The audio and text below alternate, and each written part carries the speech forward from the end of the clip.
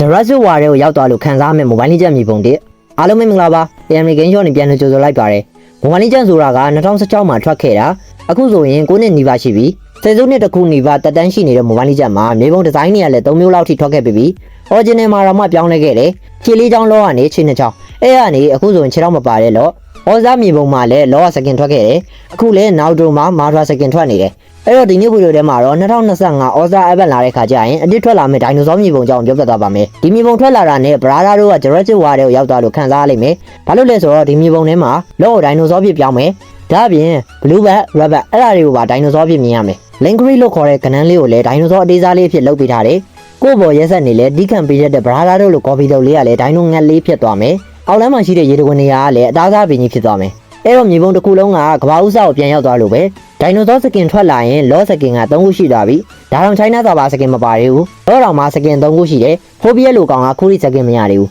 ဒါအောင်မြင်တော့ဆရာအောင်ချင်းရဲ့ကြပြားလေးကိုတတိယမိတယ်လူအများလက်ကနေနေရတော့ရအောင်ငါတက်ယူခဲ့ရတယ်တဲ့အဲ့လိုပါပဲဘရာဒါတို့ရဲ့ဘဝမှာကိုကြမှာခက်ခဲနေရခိုင်းရနေရှိလိမ့်မယ်အဲ့တော့အော်စတာအဗန်ကြောင့်ဆက်ပြောရအောင်ဒီဘက်လာရင်ဂျောဟက်ပိုပိုကူပါဟက်ကက်ဒီကောင်တွေကစကင်ရမယ်ပိုပိုကူပါစကင်က free ရနိုင်တယ်အလားဆုံးနဲ့ဈေးကြီးဆုံးကဟက်ကက်စကင်ပဲဆိုတော့ဒိုင်မွန်းတွေကုန်မဲ့ event တစ်ခုဖြစ်တယ်တကယ်လို့ကြိုက်တယ်ဆိုလို့ရှိရင် AMD Game Shop မှာ weekly bet တွေဝယ်ပြီးတော့ဒိုင်မွန်းကြိုးစုထားလို့ရပါပြီဒီဗီဒီယိုလေးကတော့ဒီလောက်ပါပဲနောက်ဗီဒီယိုလေးတွေမှာပြန်တွေ့ကြပါမယ်ကျွန်တော်တို့တက်ပိုင်းပါ